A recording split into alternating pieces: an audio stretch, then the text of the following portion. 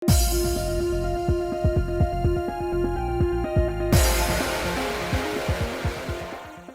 guys, it's Spacey Sims, and we are back with more Paradigm Paradox. And I'm sorry, I'm just laughing because the bird flew with me as I was coming upstairs and had food in his mouth, and now there's just fucking crumbs because he's just eating the little whatever seed that he had in his mouth, and now I'm covered in crumbs. Thanks a lot. Thanks, big fat jerk. You can be good boy this time? Yeah, you can be good? No, you're never good. You demon child. I know, you naughty child. That's what happens when you get a bird. When you get a bird, they're just naughty. They're naughty. Anyway. Big pepper pig. I know, but you can come with me so you're not crying downstairs. We'll get lunch after this. You can have lunches after? I know. Anyway. We were going to the new other place with Tokyo. Anyway, that we're not allowed to know where it is, but we know now, and that's just sus. But anyway, we were ordered to pack our things and depart at once, so Tokyo and I headed back to the dorm. Apparently, the academy already knew about our leave of absence, so refusal really never was an option in the first place. I had it all planned out. But again, it's nice to not have to bother with all those pesky formalities. Now that we were all alone, all of the excitement had vanished from Tokyo's eyes. He was back to his usual expressionless demeanor. Just then he started mumbling, but I couldn't tell if he was talking to me, which ratcheted up the awkwardness even more. I do also like the fact that, like, when he's wearing his glasses, he's got to get his hair out of his face. That's when his hair is all clipped up. But it's, like, so cute that he's got the normal amount of sprites, but then there's also the clipped up hair and glasses version, which I love. I can't just leave things like this. I should do it while I can. After a moment of hesitation, I made up my mind to talk with Tokyo. Tokyo, I'm sorry for saying such terrible things to you yesterday. Tokyo glanced at me briefly, then looked ahead again. Mr. Kurumori said it was my fault, so there's no need for you to apologize. Doesn't matter what Mr. Kurumori said. The fact is, I said something mean. I'm sorry for yelling at you and saying you were cold-hearted. After that, Tokyo said something quite unexpected. I'm not hurt at all. I just don't understand it. I don't think I did anything wrong, so I don't know why you'd think I'm cold-hearted. But it must be my fault, because I don't understand, but I must be my fault. Okay. Tim and Ronald are getting a lot of typo-heavy in Tokyo's route for some reason. I look at everything on the basis of whether I can understand it or not. Emotions don't play a part in that. Mr. Kurumori said it's my flaw. Mr. Kurumori said that's my flaw. I read that weird. A light bulb went off in my head when I heard Tokyo put it so plainly. He might think of me as some kind of test subject, but Tokyo also looks at himself objectively. That's, again, this is why Mr. Kurumori's like, go hang out, be friends with this girl. Maybe fall in love. Because, sir, you'd spent your entire life in a lab. You were essentially just a walking test tube. So it doesn't matter who he's dealing with. He maintains a distance with everyone, including himself. It was a very scientific view.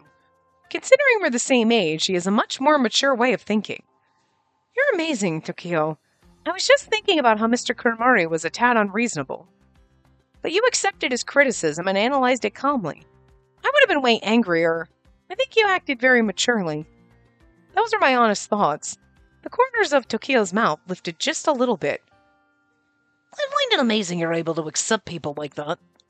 He smiled. See, it's like he's capable of emotion. He just doesn't understand it at the same time. Although he might have been scoffing a bit, I felt relieved that he smiled at all. Let's give this mission our all. I attempted some optimism, but by then Tokyo had resumed his blank expression. I'll carry out the mission, but I don't expect I'll go through some big transformation. Oh, sweetie. I understand what Mr. Kurumori's trying to say, but I don't think it's something I can change. Nor do I even want to. I wonder if we've already improved our relationship. I kind of doubt it. It might have been a mistake to think we'd grow closer at all in the first place. I realized we were never on the same page. That's all there was to it, but it hurt all the same.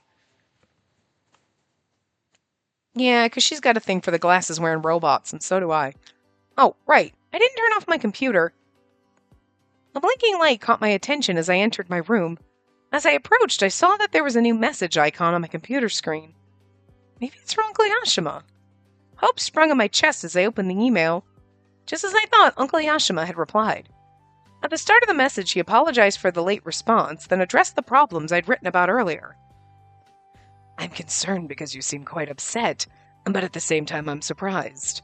This is the first time you've worried about someone in this way. I'm just assuming it's the professor, and I don't quite remember his voice now, but that's okay.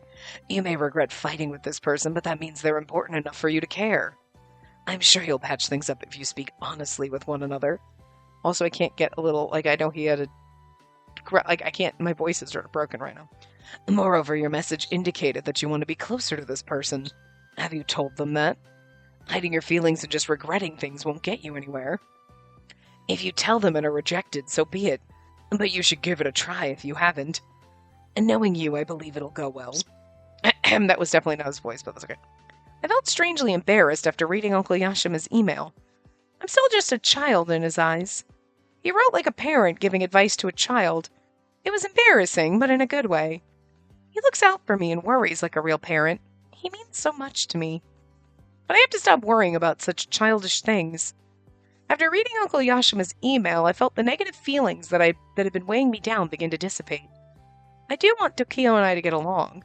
I should tell him, just as Uncle Yashima said. I didn't want things to keep being awkward with Tokio or Kaori. I wanted us to make up, so I decided to talk more openly with him if possible.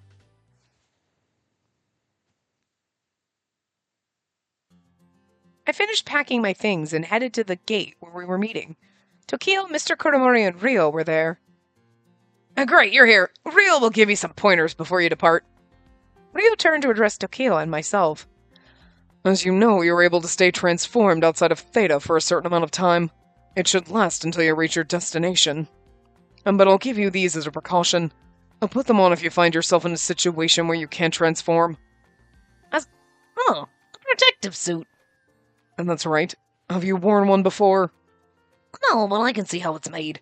I'll be able to get into it without issue. I don't really know about all that, but it doesn't look too difficult to put on.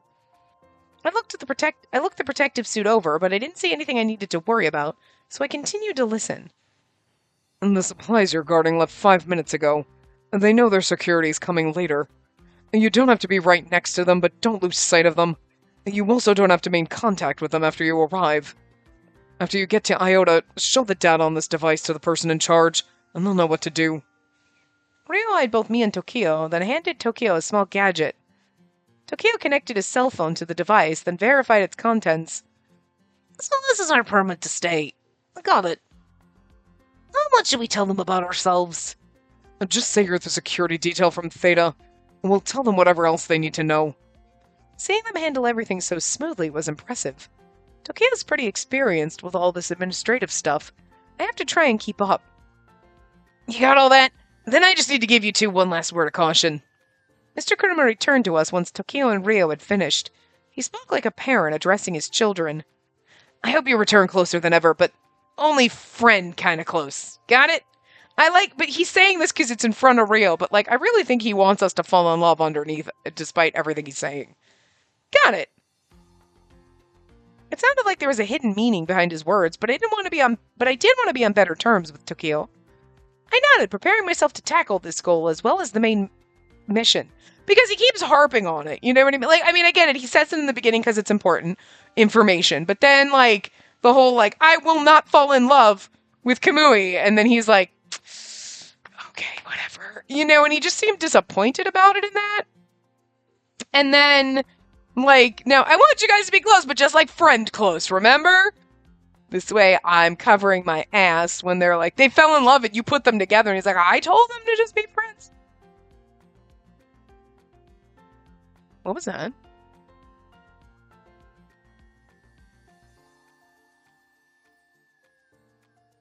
It was just the way I was saying it, and it sounded like a high-pitched shriek, and then I was like, is it one of my, batteries in one of my smoke detectors?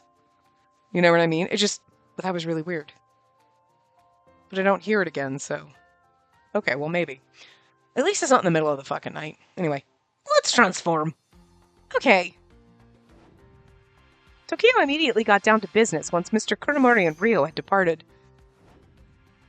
10 minutes had already passed since the supply transport left, so we had no time to waste. We'll go once you're ready. Kaori hastened me to head out to the gate while I pondered what to say. Mention the blue sky, mention collecting soil. Oh, they're both good. Oh, they're both really good. Well, probably collecting soil. Well, the blue sky was a secret between us. But there is no blue sky out there, so. Yeah, the blue sky, okay. I immediately thought of Tokio's excitement when he talked about the real sky. I hope you'll be able to see the blue sky. I said exactly what was on my mind. Kaori looked at me in surprise. I can't believe you remembered that. Of course I did. I wouldn't forget something important like that. You confided in me, after all. I see. It was more astonishing to me that she thought I'd forget, but Kaori seemed truly surprised. After a moment's hesitation, Kaori spoke. I'll be able to see the real sky, but it probably won't be blue. There's a lot of pollution, so the sky will most likely be cloudy. We'll know when we go outside. As I passed through the gate with Kaori, I looked around in confusion.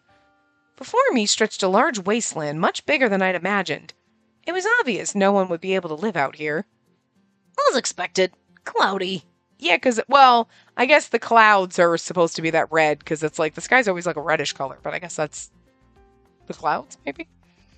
I glanced over and saw that Kaori was looking up. It is. So you're saying the air's too polluted? In short, yes. To be more precise, the blue sky's still there. It's just that the pollutants floating in the air cover the sky, so I can't see it. Basically that, anyway. Kaori sounded exactly like Tokio just then. Since I knew her true identity and we were alone, it was only natural she'd be that way, but it was still unsettling for me.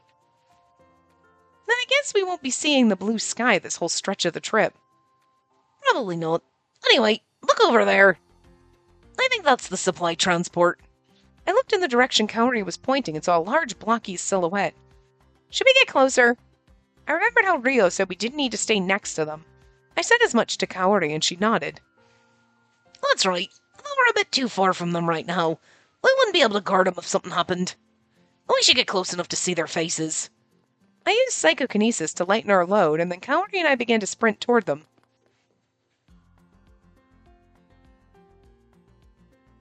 We approached until we could make out their helmets, then slowed down again. I was wondering, why aren't we supposed to make contact with the supply transport?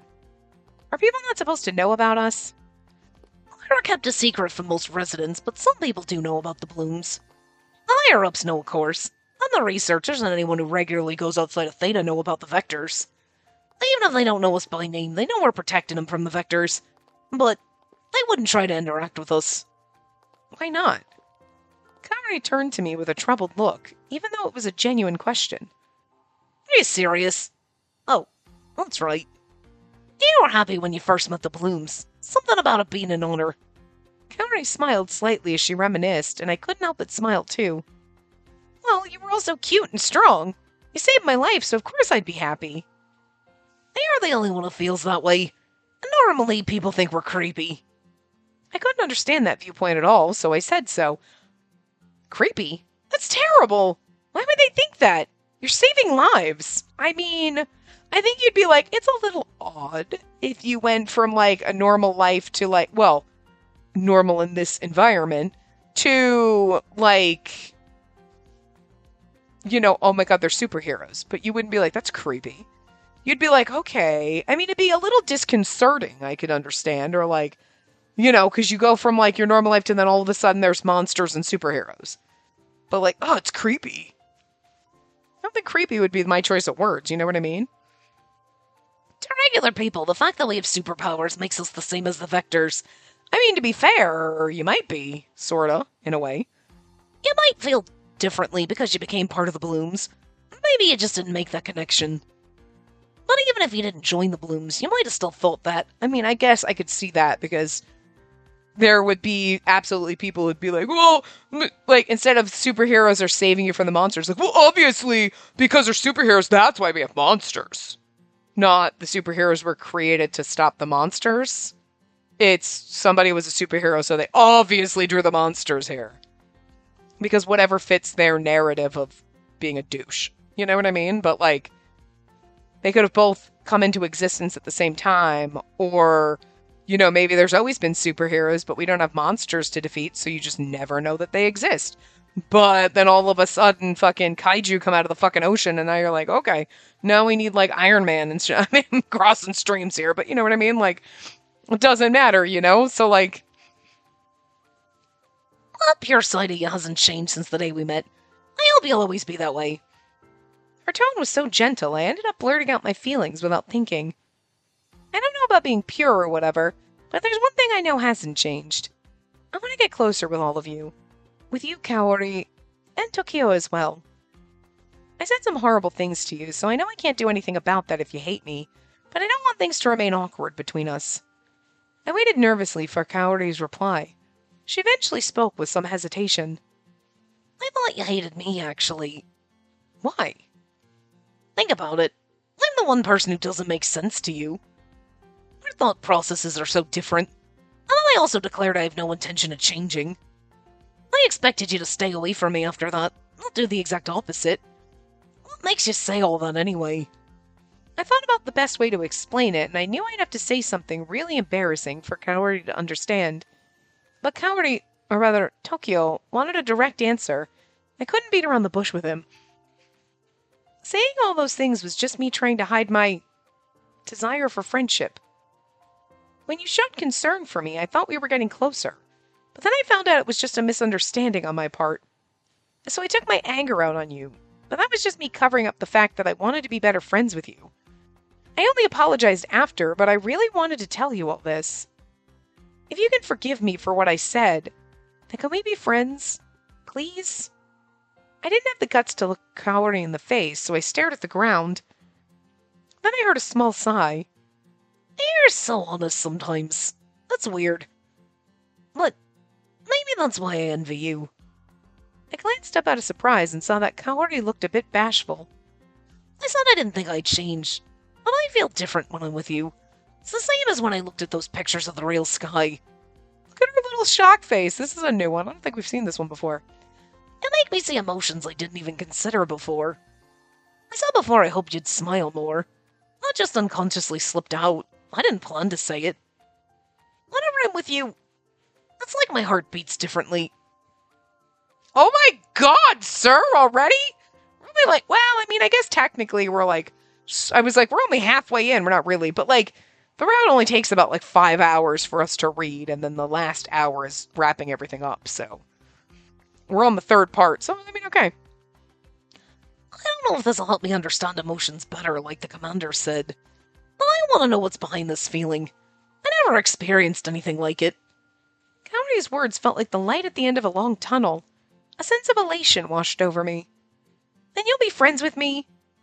Yeah, of course. But how exactly do we do that? I didn't think she'd need a manual on how to become friends, but things were going well, so I wanted to help out. Suggest a secret handshake. Suggest just shaking hands. Just shaking hands, probably. A secret handshake's cute, though. Yeah, just shaking hands. I only have one hand, so pardon me. My bird is taking up the other one. Like, my hand is just sitting here, and he's just smooshed against 2 of my fingers. Not cupped in my hand, because I got my remote in my left hand, and he's just smooshed against 2 of my... listen, he just wants to snug. How about we shake hands? I thought of it on the spot, but it didn't seem like a bad idea. I waited with anticipation for Kaori's response, and she eventually nodded. Sure, that sounds good.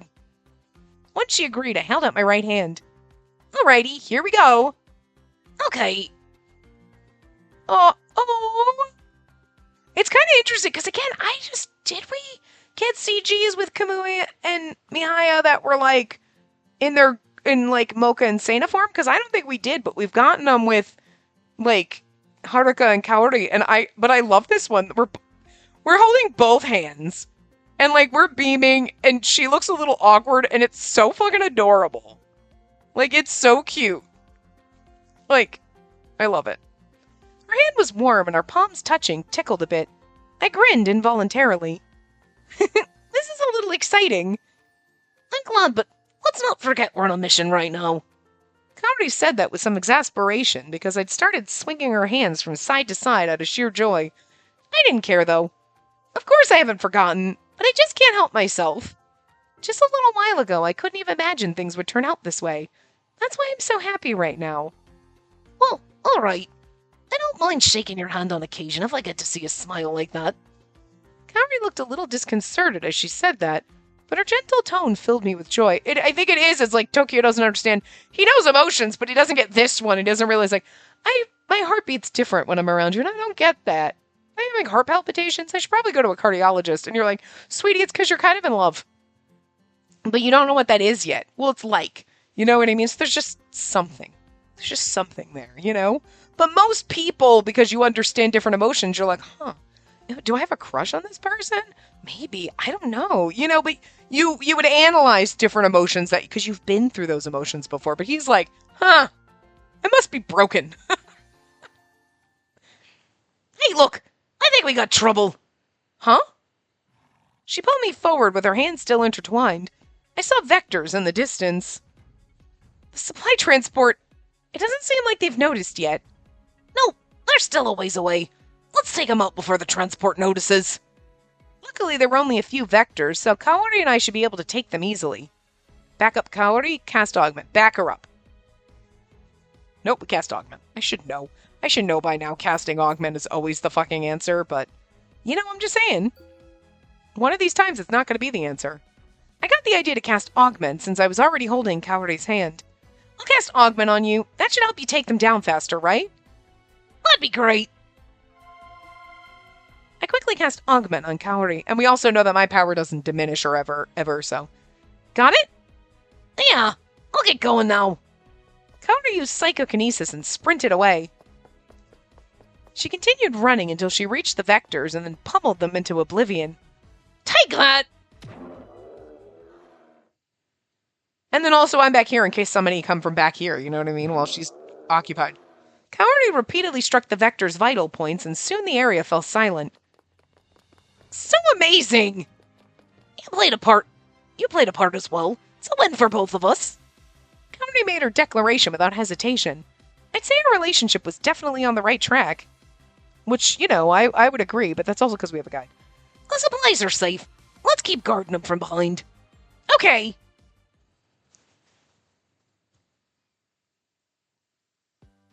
Say, is that... After a short while, I noticed the scenery around us had changed significantly. Yeah, the grass is different here. I'm curious about the earth in this area. Kaori started gathering soil and plant samples after we defeated the vectors. She wasn't really paying attention to anything I said. That's not what I was talking about. Look over there. That's the colony, right, Iota? Oh, yeah, you're right. Kaori finally looked up and saw where I was pointing. The supply transport's going in. Since we don't have to make contact with them, how about we wait a bit before going in? Sure. Then I'll go collect some more soil. I think they show we're like bopping around. Alright, but don't get too carried away. Kaori hit the fact that she was Tokyo less and less over the course of our journey. She gave passionate commentary when stumbling across something rare, and picked plants in the next breath. I'd never seen her express so much before. It's kind of cute, actually. Probably all the more so because Kaori is doing it. Kaori was acting much friendlier toward me, which caused me to relax as well. Oh, I think we can go in soon. I gave Kaori a shout when I saw the supply transport had finished entering Iota.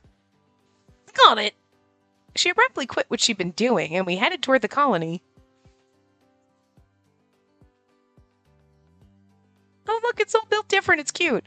Upon entering Iota, I noticed how old and weathered it was compared to Theta. I imagine it's well maintained, though, so it's probably fine for people to live here. Now that I had the chance to compare, I realized for the first time how lucky we were to live in Theta. Theta's beautiful and clean no matter where you turn. All our facilities are in good condition, and living there is very comfortable. Which sounds like, you know, we want to keep it comfortable for the research subjects, so they don't know. But even Theta wasn't immune to vector attacks, which we know why. So wouldn't that mean that Iota, with its weaker defenses, would suffer more of them? No, because that's not where they're coming from. They're not doing research on them. They're just a normal-ass colony. We know exactly. I mean, because we've been through Yukonami and Hyuga's routes, so we already know exactly why. But again, I mean, I guess this is also why technically, if you did all the Bloom's routes first, you would have these kind of questions in your mind, and then Hyuga's explanation would be like, okay, right, that makes sense. But I kind of like that we have Hugo's explanation because now we're seeing things like this. And you're like, okay, yeah, they're not attacking any other colony because they came from Theta. And Theta has its own, like, quote-unquote research subjects. And Hugo didn't say it, but now I'm like, are we all the research subjects? Is everybody in Theta just a research subject? And that's why it's the nicest and the most built up, and that's why we can't know where other colonies are, because you could easily find a way if you found out, or if that's them covering their ass. If they ever found out they were research subjects and escaped, they would know where to go. But, like, let's keep the other colonies quiet. Because I don't know any other reason why you would not tell, why nobody would know where the other colonies are. Why is that, like, top secret information? So I'm wondering if we've talked to anyone in here if we're going to find out that they'd, oh yeah, okay, yeah, no, we know. We know exactly where you guys are. You don't know? That's weird. What are they teaching you in your schools? Haha, kids these days don't know geography. You know what I mean? And it's like, then it's sus, and it's not just like, geography's just not your, like, strong suit. You know what I mean? Hey, Kaori. I turned to ask for her opinion and saw that she transformed back into Tokyo. You should change back while you can. Are we allowed to? I thought we were going to meet the person in charge. That isn't the case for you, but my gender changes. If we're going to be staying here for a while, it'll be easier for me to be in my original form. Plus, it uses energy for him to stay in girl form, so. I don't know if the Vectors will attack. I'd like to refrain from transforming as much as possible while we're here. Oh, so we're not necessarily going to fight. I agreed with his reasoning and quickly undid my transformation. I managed to do so just in time as a group of people clad in workwear approached us from the other side of the street. One of them stepped forward and addressed us. Excuse me, are you the security detail from Theta? I heard it would be 2 women. So they were told it would be Kaori and myself. I'm sorry, Bird. I have to move my hand because I have to itch my arm. I'm very sorry. I have an itch on my arm. I'll put my hand back down. Hold on. Also, hold on. Just give me a second. I'm very sorry. Okay, here you go. I put my hand back. I thought there might be trouble when I heard this, but Tokyo held up the device we'd been given. I apologize for the information the information you received wasn't accurate. Are you the director here? Yes, that's right. I brought along permission for us to stay. Please check it. All our necessary data should be there. My name's Tokyo Takado, and I'm part of the security detail. Oh, and I'm Spacey Takanashi. I followed Tokyo's lead. He glanced over at me, then continued calmly speaking with the person in charge. Tokyo seemed so different from how he was acting as Kaori when we were outside.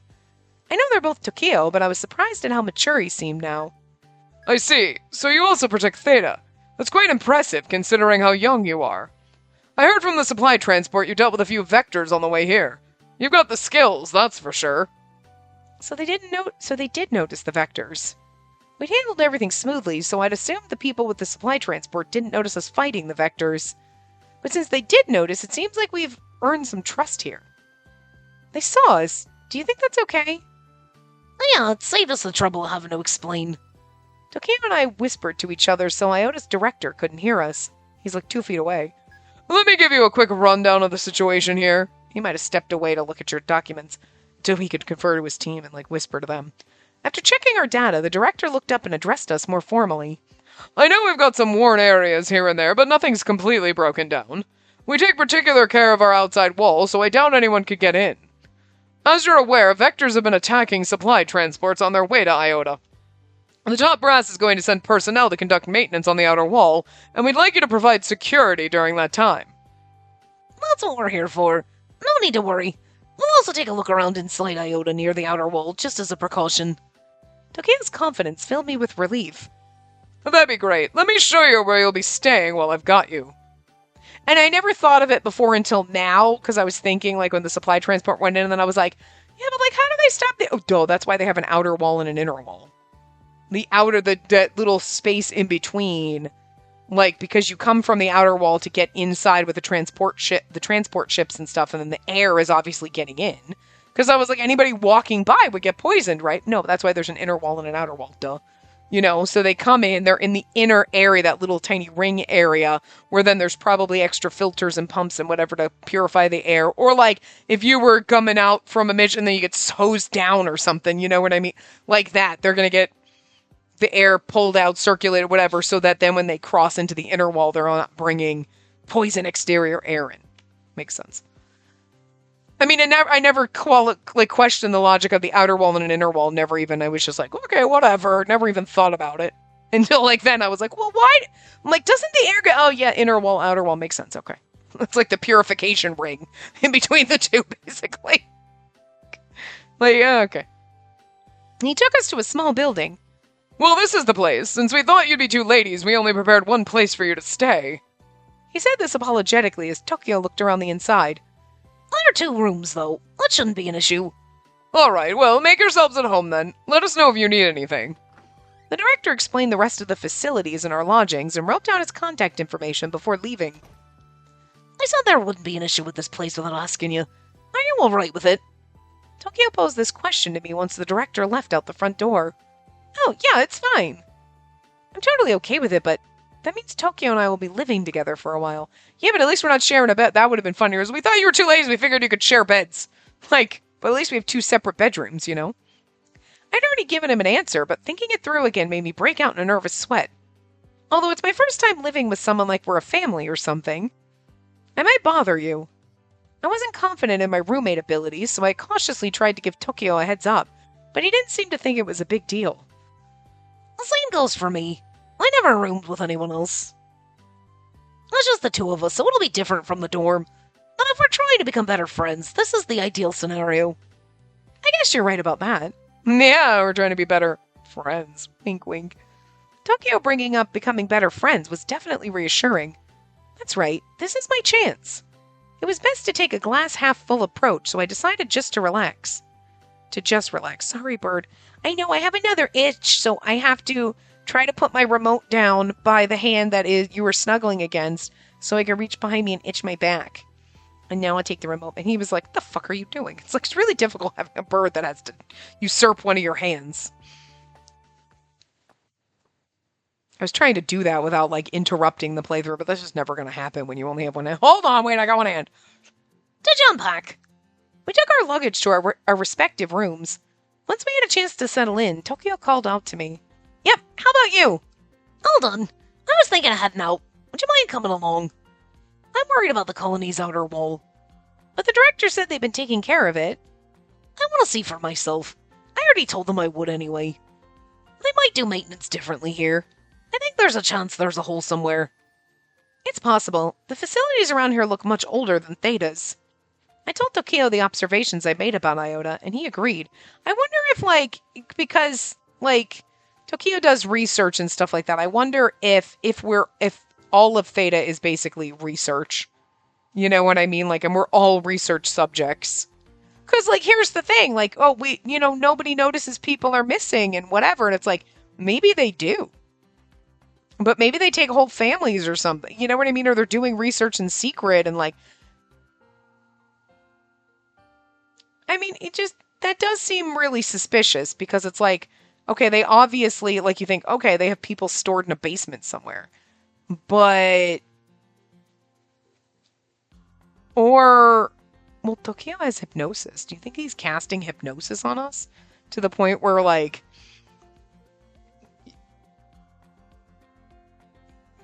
because it's if we're all subjects, research subjects, I was wondering how much does he know? Do you know what I mean? Does he know that we're all test subjects? Does Mr. Kuramori know? Because then it's that's kind of shady and fucked up. That would explain Rio being a little bit shady and going to the other side and whatever. And he's also kind of an experiment. And you know what I mean? There's just a lot of questions, which is kind of interesting. So, but we know Theta's doing research on people. But you just assume that there's just people in a basement somewhere. But then at the same time, it's but what if we're all research dummy? I don't know. I'm just trying to figure out a reason for why we're not allowed to know where any other colony is. You know what I mean? Why is that? You know? But Mihaya's parents figured out. But they also dotted maps and they published their books. But you think somebody higher up would have been wait, and maybe that's why they quote unquote mysteriously died. It wasn't just because they got to go to another colony. You know what I mean? Because I can understand, we don't want a bunch of people going between colonies because there's a precarious balance between the amount of people in each colony and the supplies they need and everything like that. And we can't just have people swarming to another colony and overloading their systems. You know what I mean? Like, you can't do that. So you got to have a balance of the amount of people living there in a scenario like this. But like Mihaya's parents going out to visit, but maybe it wasn't like, because they obviously found something out, right? But it was also, could have been like somebody realized like, whoa. They got these dots on the map. Those are where the other colonies are. Like, nobody else reading the book would have realized that, but higher ups, people would have noticed. Somebody noticed. And maybe that's why they died. But it's also like, why are they covering that up?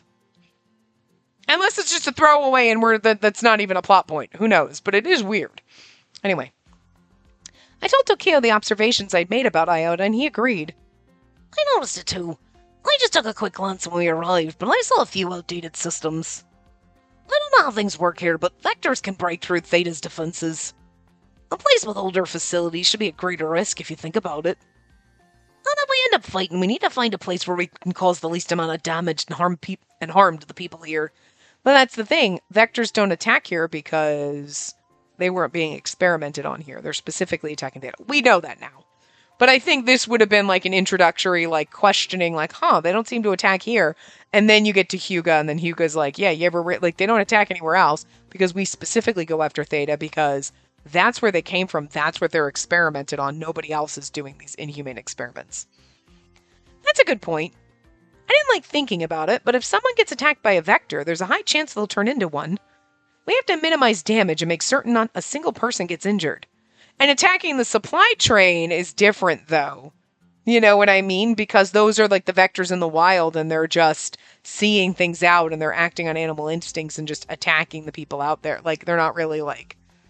That's not a purposeful attack, like we're trying to kill the people of Iota. You know what I mean? It's more like wild vectors out there like, movement! Attack! You know? We're in agreement. Let's go. The sky was still bright when we stepped outside. We probably got another hour or two to investigate. Let's start with anywhere that's higher risk. And there's also there might not be, like we have a curfew. They might not have one. I mull over Tokio's suggestion. Higher risk spots where vectors could easily infiltrate.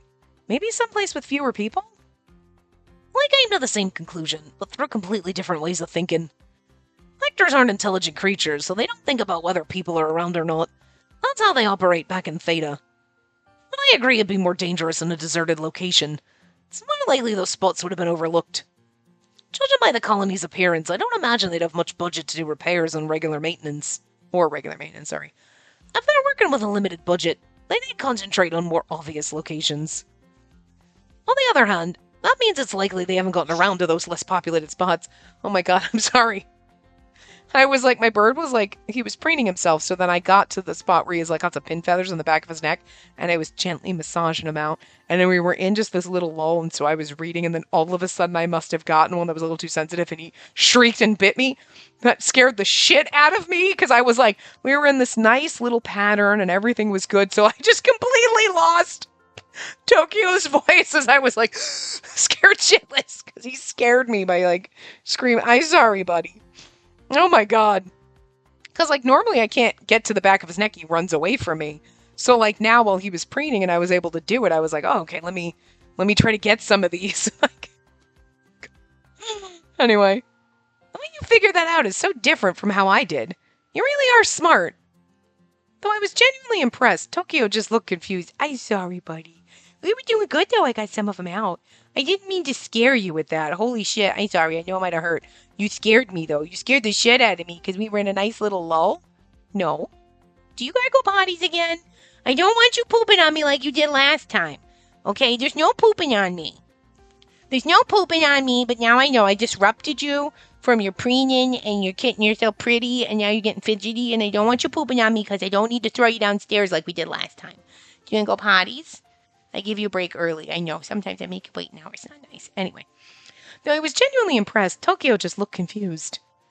No one's ever complimented me like this. So it feels a little odd. Did you gotta go potties? No, I have to watch you? You need me to watch you? I don't enjoy watching you poop, but thanks, I guess. Okay. Alright, good birdie. I don't know why you make me watch. He's like, are you paying attention? Probably because he knows I'm going to be like, did you? Did you go? And he's like, hello? Yeah, you weren't watching. I don't really enjoy watching you poop, to be fair, but I guess I kind of have to. I have to make sure you go. Otherwise, I'm going to bring you back here and you won't go. You won't have gone. And I can't hear if you squeak, because you make poop squeaks. Anybody with a bird knows poop squeaks. You go squeak when you poop. You do, you squeak. Anyway. Sorry, I'll be more careful next time. No, I didn't ask for an apology. It may feel weird, but I don't hate it. I don't really know how to respond, but it's nice to get compliments, I think. Tokyo looked pleased about it, which brought me joy as well. Then I'll be sure to shower you with praise from now on. It's always been like this, you know. You don't need to keep declaring these things. Okay, so back to where we're going to look. I think spots that are furthest from the gate and residential areas will be most suspect. Tokyo pulled up a map of Iota on his cell phone, though I don't know where he got it in the first place. Around here, to be exact. They can probably only look around one sector in an hour or two. So we'll deal with the rest tomorrow. Let's go. You got birdie dandruff all over you now. No, my dad said. If you want to talk to everyone and say hello, you make chirpies and talk to them. We don't buy headsets. Nobody wants that. Do you want to talk? You're going to say hello? You can talk to people? You only talk when I talk, and that's rude, because people can't hear you over me. No, you're not gonna? Okay. This is the place. It looks exactly like our outer wall, because we didn't do a different background. Tokyo stopped walking, so I did as well. Do you want to split up? Or take one takes left and the other takes right? It'll be more efficient and we'll cover a wider area. Tokyo pondered my suggestion and glanced around. Then he seemed to notice something. Someone's over there. Huh? Oh, you're right. The person crept around like they were trying not to be seen, despite the area being mostly deserted. Well, they're suspicious, all right. But they're also completely defenseless, like they're just asking to be attacked. I could see what Tokyo meant. Their position was vulnerable, and they didn't seem to notice us. I know, I'm trying to corner the bird so I can get his pin feathers out, but he's, like, running away from me. I was hoping to grab him, like, with my hand and just, like, force him to let me, like, get him out, but it's not working. Staring won't solve anything. Let's go talk to him. I wonder who it is. Just a random person? We moved closer. When we were able to make out the person's face, we realized he was a boy around our age. What are you doing here? There have been a lot of dangerous incidents recently, so you shouldn't go near the walls. He's a random character, or do you think it's Ibuki? The boy's eyes shut open in surprise when he heard us. Oh, okay, no, it's just a random person? Are you that investigation team the other colonies sent over? Investigation team? That's our cover. Just play along. Whispering, Tokyo informed me of our cover story. I nodded in response. Yeah, that's right. We're checking for dangerous spots near the walls. Yeah, they sent teenagers to do it. So you need to leave this area, at least until we tell you it's safe to come back. Huh? I thought some big shot would be coming here, but you're practically my age. Name's Taiki? Taiki? I think it is. The name's Taiki. How about you all? I'm Spacey Takanashi. Taiki's energy was infectious, and I answered him right away. Tokyo also responded, albeit reluctantly. I'm Tokyo Takato. Nice to meet you, Tokyo and Spacey. I'm assuming that's supposed to be Taiki, but they didn't have a speech thing for him. Nice to meet you too, Taiki. Yeah, I'm assuming it's supposed to be him. Never mind that. Did you hear what we said? Tokyo tried to get back to our original point, as it probably wasn't the best idea to let Taiki steer any conversation. Taiki? Could be Taiki? Something like that. But Taiki didn't seem to care and just brushed him off. Oh, I heard you, but I've been waiting for you two, so just lend me your ear, okay? Why are you waiting for us? Isn't it obvious? I want to know what's outside Iota. I mean our colony. That's part of it, but I'm really curious about what's outside all the colonies. You saw on your way here, right? Taiki's only interest appeared to be the outside world, so I relayed what we saw on our journey here. Okay, so this is going to be interesting this is probably where we're going to find out, that none of them know what's outside, and none of them, they should show you, this is what's outside. This is why you don't go out there. Let's talk about, but it seems weird that they're kind of almost hiding it from everybody. We did see it, but it's an utter wasteland. There's nothing fun or interesting. But you saw the real sky, didn't you? Oh, best friends now. They're interested in the sky. Oh, that's how you get Tokio's interest. Those magic words fully grabbed Tokio's attention. Yeah, I saw it in books the other day. It's got all these landscapes from the old days. The trees and flowers are real pretty, but the sky is something else. Look at all those sky pictures in the little book. That's cute. It's not like the sky in Iota. None of my friends got what I was talking about, though. It's got this completely different quality to it. Oh, Tokio just made a new best friend. He's abandoning us. Tokio jumped in just as I realized he'd spoken about the sky in the same way. I've read that book too. Tokio said the exact same thing, but the quality was different. So this is the book, huh? Taiki looked even more shocked than us. Seriously? Thought I was the only one to read something that unimportant. Why do you say it's unimportant? This book was caked in dust when I dug it up in the library. My friends said they'd never seen it before.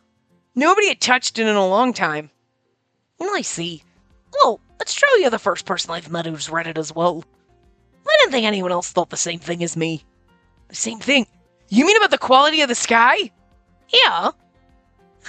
You serious? It's like a miracle or something. But would it be weird for someone not to care after seeing the sky? It's so beautiful. Or wouldn't it be weird for someone? Yeah. I imagine people would normally be drawn to this flower. Taiki opened the book and a smile grew on Tokio's face as he looked at the page. Tokio's really enjoying this. I guess that's to be expected, though. He just met someone who shares the same feelings as him, after all. Both of them looked as though they were having a great time, so I peered at the book myself. A beautiful blue sky was displayed on the page. You're right, it's stunning, and the shape of the clouds is different in each photo. Yep, especially this page. Taiki began speaking excitedly, but Tokio abruptly cut him off. Yeah, wait till they see... Where's the book on what it looks like for hurricanes and tornadoes and how terrifying those are? Just saying, sometimes the sky is pretty and sometimes it's nightmare fuel, okay? I almost forgot. We need you to vacate this area. What were you even doing here in the first place? Trying to peek out at the sky. Huh? Oh, well, to tell you the truth, there's some damage to the outer wall on this side, so I thought I could slip out and catch a glimpse of the sky. It's damaged? Taiki looked a little guilty as he showed me and Tokio the spot. Sorry, I was kissing the bird. And then he bit the headset. Here it is. It's a bit hidden, but you can hear the air leaking in. You're right. This isn't good. Should we inform the director? Yeah, and the commander as well. We need someone to do repairs ASAP. Wait, you're gonna seal it up? Tokio responded to Taiki's panic in an admonishing tone. That's dangerous if the air from outside's leaking in. You could die if you stick around too long. That's gotta be an exaggeration. That's not. The air outside's deadly to anyone who's exposed for too long. That's why we can only live in the colonies. For real? And then they don't teach the kids that shit. You know what I mean? Like, you think they would teach... Like, I understand it being curious about the sky and things like that and, like, whatever. But, like, you think they would teach them? Like, we live in these colonies because the air is so polluted and the ground is so, like... And, like... But they're not... I mean, I get for the purposes of the game, they're not, like, explaining, like, how it got this way. It's like, something happened, whatever, not important. Okay, fine. For the purposes of your backstory for the game, you didn't want to come up with a reason that this happened and it was nuclear war and then blah, blah, blah, or like, you know, we just damaged the earth so much. You didn't want to come up with like how we got here. Fine. That's totally fine. You know what I mean? You can imagine whatever scenario. But we're here now. So it's just amazing that they don't tell anyone that the air outside, we live in the colonies, because if you go outside without a protective suit, you will motherfucking die. Because even if you're in some kind of weird suspense novel, okay, you're in an M. Night Shyamalan movie, all right? The Village just popped into my head, and that's like what I, like, you know what I mean? It's like, even if like the outside world, we were a science experiment and the outside world is perfectly normal, okay? We're in the Truman Show, okay? You know what I mean? Like, he never left his town, but you could have had something like that where like, oh no, outside this wall is death. Like, the air outside is poison and you could die, and then no one leaves. And then one day someone leaves and realizes, it's all been a ruse! You know, that's usually how these things go. They tell you it's poison out there, the environment's destroyed, you'll die if you leave the wall. You leave the wall and you find out they've been lying to you. And in this case, it's the complete opposite. Like, they're just like, no, we stay in the colonies. Why? Just because. Why? Just because. And so kids are like, I'm gonna go outside, and then they drop dead, and it's like, well, that's why we don't go outside. And it's like, well, maybe you should fucking tell people we don't go outside because the air will kill you. I just feel like that's important information. It's a little weird that you don't tell people where the other colonies are, and maybe there's a plot point to that, but you don't tell the people inside the colonies that they're going to die if they go outside? I feel like that's important information, regardless of what's going on in Theta. Regardless of why we don't know where other colonies are, and if that's even important, the you're going to die if you go outside is hugely important to people. That's why these exist. So I just don't understand the logic of not explaining that. You know what I mean? That seems odd. So, anyway, so Ryuji over here. For real? Taiki looked at me with pleading eyes. I felt sorry for him, but I could only affirm what Tokyo said. He's right. Even if you manage to get out, you need a protective suit. This exchange made me realize that the facilities weren't the only thing separating Theta and Iota. Even regular students in Theta understand that the air outside's polluted and will kill you. Okay, yeah, okay. There you go. People here don't even seem to know that, which is really fucking bizarre. I feel like that's number one information. It's not just that they're not allowed outside. They're being made to stay in the colony, and they're following the rule without question. Again, what kind of society? People question everything. Motherfuckers in this day and age question that the world is round. They're like, no, I think it's flat. I think the government's lying to us. We're just gonna, fall off the... Okay, dumbasses. Seriously? People question stupid fucking shit when there's scientific fact to back it up, but they still question it. But in this world, you're telling me that they're like, you can't go outside, and everyone's like, okay, and they just fucking buy it? What? Seriously? I mean, I guess that's not totally unbelievable, because there's definitely people, no, go ahead, eat a Tide Pod, you'll be fine. Okay! And then kids eat Tide Pods, and now we have to put warnings, don't eat on Tide Pods, despite the fact that you should... No, it's kind of like in car warranty, you have to be like, cruise control is not autopilot. Please do not leave your car unattended while in cruise control. Please do not put your Winnebago on cruise control and then walk in the back to make yourself a sandwich and think it's autopilot. It's not autopilot. Your car's not going to drive itself. You're going to kill people. Please don't do this. You know what I mean? You have to put warnings on things because people are fucking stupid. So I guess, yeah, there's definitely people who would believe this shit if you were like, nope, we don't go outside. Why? Because we don't. Okay. And they just go on with their lives and just be like, this is the status quo and we don't question anything. How the fuck you managed all of them in Iota? Do you test people when they're bored and figure out where to put them? How'd you manage that? You don't think there's at least one person in here grumbling around starting to protest because tell us why we can't go outside? There's always one, right? There's always one in all these movies. So, how is there no one in that? It's really bizarre, is all I'm saying. It's really bizarre. Considering how Tokyo grew up in such a different environment, it's all the more incredible that he and Taiki would say the same thing about the sky. Okay, I believe you. But in exchange, you have to tell me about the outside while you're here. I want to know about your colony and all the stuff you saw on your way here. You can do it after work and everything. Fine by me. After making this promise numerous times, Taiki reluctantly left, and we went to inform the necessary parties. I do think it's cute that we just adopted this lost child despite the fact that he's our age, but whatever. Phew, I'm exhausted. You're telling me. It's been a week since we arrived in Iota. In addition to guarding the colony, we also went on regular patrols. It's been a week? Moreover, we spoke to the person in charge of Iota's facilities and continued to check the outer wall for damage. So far, it's only that one spot, but there are a lot of areas we haven't checked yet. Looks like we'll be doing this a while longer. Do you think there's a good chance of a vector attack? We should keep an eye on the area where we met Taiki just in case. Unlike Theta, Iota didn't have an emergency alarm system. There's supposed to be a security system that detects intruders, but there's a chance damage and harm could happen before anyone noticed it. I was just thinking that too. I imagine the repair unit from Theta would be here by now, but I guess not. I don't have the best tech for repairs here, so I wanted to check things out thoroughly. But if we're serious about this, we'll also have to guard during the night. How about we take turns? It'd be tough for one person to always take the night shift. I thought it was a solid idea, but Tokio frowned. I can't agree to that. If it comes to it, I'll take guard duty at night. What? Why? Because you're a girl. It's dangerous for you to be out by yourself at night. Plus, we don't know this colony that well. I'd worry if you were alone. Yeah, I mean, these people are like sheeple. Like, they won't go outside because they were told not to, and they don't even ask why, and nobody has to explain it to them, and they have no clue, and, like, Lord knows what else is going on here. This place is a little crazy. We might be human experiments, and we get attacked by monsters, but at least that's what we worry about. We know the dangers that lurk in the night around our colony. We don't know what's going on in this weirdo place. You'd worry? But I'm not just a regular person. I'm part of the Blooms, remember? I can hold my own with the Vectors until you arrive. He's like, I'm not worried about the Vectors. The people here are a little odd. Though I'd said that confidently, Tokio just sighed for some reason. Do you think I'm saying I'd be worried as Kaori? But you are Kaori.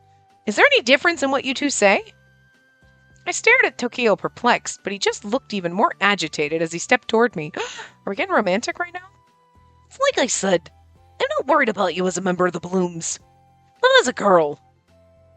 I just thought things could get dangerous and I don't like it. But I don't know why, exactly. This actually really, I love robots. I love the robot characters, and you're hitting all the buttons, sir. You're beautiful. You wear glasses, and you're a fucking robot. So, like, you just keep winning here. Especially this, like, I'm worried about you as a girl, and I don't understand why, though. He's like, I'm worried because I want to protect you, and also, we've never had to worry about men attacking us or being creepy, but, like, that's the underlying, like, I am man, must protect woman. Like, caveman mentality that has just perpetuated all of existence, Which, I mean, isn't necessarily a bad thing, And in this case, he's not doing it to be sexist or weird. He's just like, I want to protect you, and I don't understand why I'm so worried about it. It's like, aww. Because you want to be our strong, manly protector, because there's still this inherent, like, again, it's just ingrained in human nature that man protect woman. And you just don't understand it's because you like me. Because you're a robot and you don't understand emotions. Aww. That's adorable. Ruffle his hair. Tell him he's adorable. I'm not following you.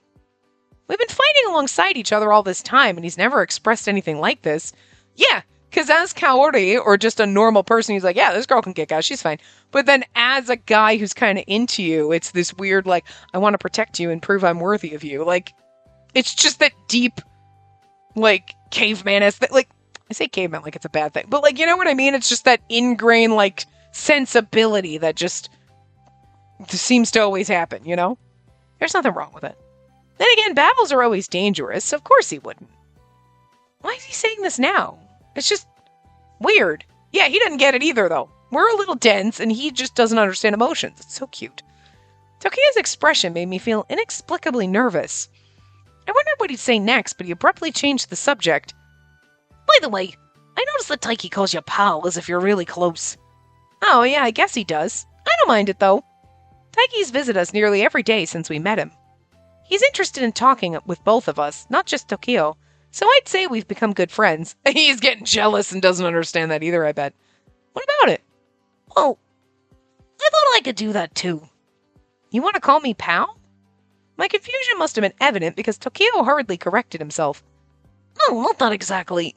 But something else, to make it feel like we're close. Like, I don't know, maybe bud? That is adorably awkward, but I think I get what he means. That is so adorably awkward. I just love the fact that she phrased it because that is 100% exactly how I feel. That is so adorably awkward. We'd still been a bit distant with each other, so it must have taken a lot of courage for him to say something like that. Like, I thought he was going to be like, he calls you pal, like, are you close? And that just makes me feel weird, but now he's like, I want to have a nickname with you. Like, he's like a robot trying to understand human, and God, I love it. I wouldn't have an issue with a close friend giving me a nickname, but it didn't feel like Tokio's style. It seems like he's just trying anything to help us become better friends, but I do appreciate the effort.